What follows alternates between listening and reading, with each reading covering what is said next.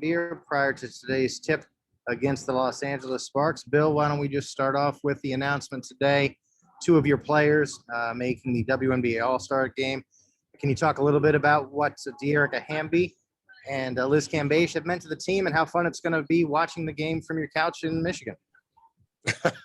I'll start with the fun and couch in Michigan. I'm looking forward to some time off. A lot of work to go, but it's a good honor for them.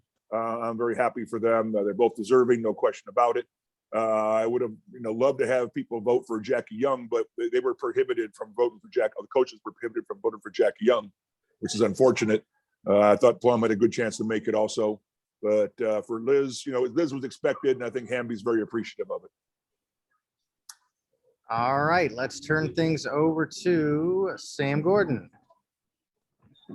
Hey, Bill, just curious, I know Liz had been battling an illness the last couple of games. How has she looked the last couple of days, and is there an expectation for how many minutes she's going to play? I think she's better.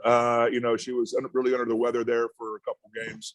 Unfortunate, but she played her way through it, which is a professional athlete. I think she's better today, very good spirits, and I expect her to get out there and play normal minutes. Shifting gears a little bit, how would you assess Jisoo's development up to this point, and what's the next step for her in her development? Jisoo's developed really, really finely. She's a sponge. She listens to everything you tell her, and she implements it. Language barrier gets in the way occasionally, but not. We've overcome that for a large part. I think everybody just has to realize that Jisoo is 22 years old and is playing against the best players in the world who are physically more mature than she is because they're just older.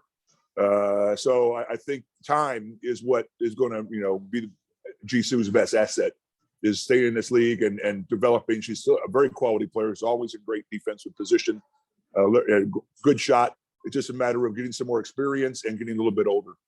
Yeah, I know you mentioned, time and time again, she's the best player to ever come from, Korea. Just what do you think this Olympic experience could do for her in the long run? Well, I think she's going to go there and be the star of the show for their team. It's what she is in their league. So, she's utilizing what she's learned in the WNBA and with the Las Vegas Aces over the last few years could translate into a really good individual performance in the Olympics. Thanks, Bill. Appreciate it. Just so folks know, a couple of people joined a little late, but we've talked just now about Jisoo Park, and we've talked a little bit about WNBA All-Star, but if you joined late and need the sound. Yeah, but none of the coaches could vote for Jackie Young because they weren't allowed to. Carolyn Peck. Bill, the first time you played the Sparks, Zoe B did not play. What challenges does she present? Who's that? Amanda Zoe B. Oh, she stretches the floor. You got to guard her, and Liz going to have to guard her and be out a little bit more in the perimeter if she gets hot from the 3-ball line. She's a good passer, the whole package like that. But there's also they're missing some players too. But I think Zoe B is going to be somebody we have to watch tonight because there were 3 balls going, and we have to get out and really pressure her, and that's what Liz is going to have to do. And Taylor Cooper and Erica Wheeler have been able to penetrate and get to the rack. How do you slow that down? Well, that's their gig. That's what they do. They're not really perimeter shot makers. So we're going to play our solid shell defense has to be there tonight. Everybody else has to help keep penetration out of the paint and make this team shoot perimeter jump shots. Trania? Hey, Coach. This is Trania Barbie with Anointed Radio. How are you doing today? Okay. You look well rested. On Sunday after the game, you talked about getting your team some rest as well. Has that rest done any good? Have you seen any positives in practice yesterday and the shoot around today? Well, I really didn't have any positives of practice yesterday, except we got it walked around the floor. Asia sat out because I played her way too many minutes. We only had 9 players, and now we're at 8 players for practice. So it was more of a shoot around type of practice than anything else. But I think, having a day off extra in between these games was a big positive for us to get us to be able to recharge.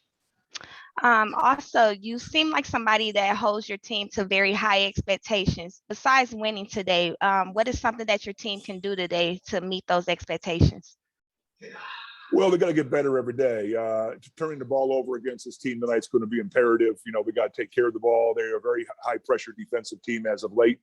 I'd like to see us shoot a little bit more better percentage. Last couple of games, we haven't been over 45%, which is unusual for us. So I'd like to see us be a little more efficient with the basketball.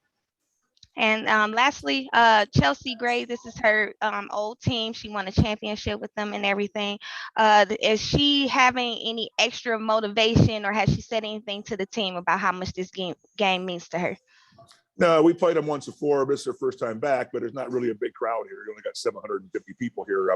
As a coach, you always worry about a player going back to their team and trying to do too much and get out of their element. Hopefully she stays within herself and our system, and she'll have a fine game. All right, thank you. Rashawn? Thanks, John. Hey, Coach. What has Chelsea brought to your team that you didn't have in the finals last season? Well, she's a big shot maker. She can really manage the floor game. I think that's one of her trademarks is, getting people involved, making the passes at the right time. And she has the best vision that we have on this basketball team with the basketball. There's no question about that one. But I'm looking forward to do what she did last game, take over games at a certain time when she has to, and make big shots when it's her turn. You mentioned something about Jackie earlier and the All-Star team. What are people missing with her not being on that team? Well, a couple of people. I couldn't vote for Tiffany Hayes, who's number 10 scorer in the league, because we were not allowed to. The social media people were basically the ones that picked who the coaches could vote for. We had no choice. We were given a pool of 36 players to choose from, and that's too bad, coaches. That's what we're going to give you, which is unfortunate. We know more than anybody else of the talking heads or the general public. So there's some players on this team that probably should have been on this team, and Tiffany Hayes is the poster child for that one. And just on a personal note, how have you found a home here in this league? I've been here for 20 years in multiple homes, so I don't know. This is just what I do. I mean, you go from the bad boys to now one of the staples of WNBA coaching. I mean, it's well, I'm on the very, very, very tail end of my career, so let's just play this one out. Thank you, Coach. All right, Doug, a late entry into the hand-raising contest. Go ahead. Bill, who would you have put on this list if you guys had control of it? Tiffany. No, we didn't. Hayes I'll just use the poster child. Everybody should have been on the list for the coaches to vote for, or at least have a vote on that front end. But I think that, poster child for this one is Tiffany Hayes, 10th leading scorer in the league, having a comeback year to no end and the best year of her career. And we can't vote her as coaches to go play on this team. That doesn't make any sense to me. And I was very vocal about that. So are you glad you're not coaching it then?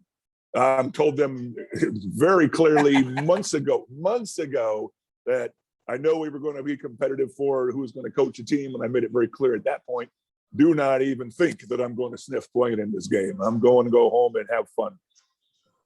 Thanks, Coach. Appreciate it. On that note, we will let you go, Coach. Thanks for joining us. If you missed any of this, it will be posted on the NBA content site here momentarily, as well as on the Las Vegas Aces shared drives. We will see everybody here shortly for tip.